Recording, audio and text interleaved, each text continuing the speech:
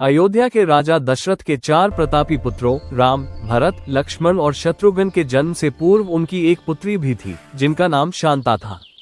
शांता माता कौशल्या की ज्येष्ठ संतान और अत्यंत गुणवान राजकुमारी थी। कौशल्या की एक बड़ी बहन थी वशिनी, जिनका विवाह अंगदेश के राजा रोमपाद से हुआ था। राजा रोमपाद और दशरथ प्रगाढ़ मित्र थे, क्योंकि दोनों ने एक ही आश्रम में साथ शिक्षा प्राप्त की थी। रोमपाद और वशिनी की कोई संतान नहीं थी, जिससे वे सदैव व्याकुल रहते थे। एक बार अयोध्या आगमन पर वशिनी ने अपनी व्यथा राजा दशरथ के समक्ष रखी। अपनी मित्रता का मान रखते हुए राजा दशरथ ने वचन दिया कि वे अपनी पुत्री शांता को उन्हें गोद दे देंगे। दशरथ ने अपना वचन निभाया और शांता अंगदेश की दत्तक पुत्री बनकर वहीं पली बढ़ी। जैसे जैसे समय बीता, शांता एक सुंदर और बुद्धिमान युवती बन गई। एक दिन जब शांता और राजा रोमपाद राजभवन में किसी गंभीर विषय पर चर्चा कर रहे थे, तभी एक ब्राह्मण मानसून के मौसम में खेती की सहायता मांगने वहां पहुंचा। अपनी बातचीत में मग्न होने के कारण राजा और शांता ने उस ब्राह्मण की उपस्थिति पर ध्यान नहीं दिया। ब्राह्मण ने इसे अपना घोर अपमान समझा और क्षुब्ध होकर राज्य छोड़कर चला गया। वो ब्राह्मण देवराज इंद्र का अनन्य भक्त था।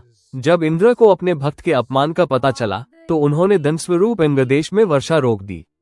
परिणामस्वरूप पूरे राज्य में भयंकर अकाल और सूखा पड़ गया। प्रजा त्राही त्राही करने लगी। तब विद्वानों ने राजा रोमपाद को परामर्श दिया कि यदि महान तपस्वी ऋषि ऋष्यशृंग यज्ञ करें, तो इंद्र प्रसन्न होकर वर्षा कर सकते हैं। राजा के विनम्र अनुरोध पर ऋषि ने भव्य यज्ञ किया, जिससे प्रसन्न होकर इंद्र ने वर्षा की और राज्य पुनः समृद्ध हो गया।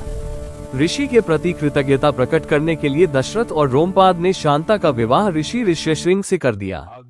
इधर अयोध्या में राजा दशरथ भी उत्तराधिकारी न होने के कारण चिंतित थे।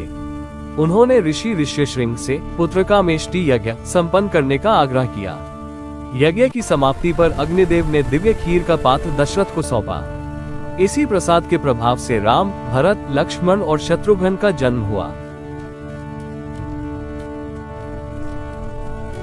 ऐसे ही दिल छू लेने वाले स्टोरीज के लिए अभी लाइक, शेयर और सब्सक्राइब करो।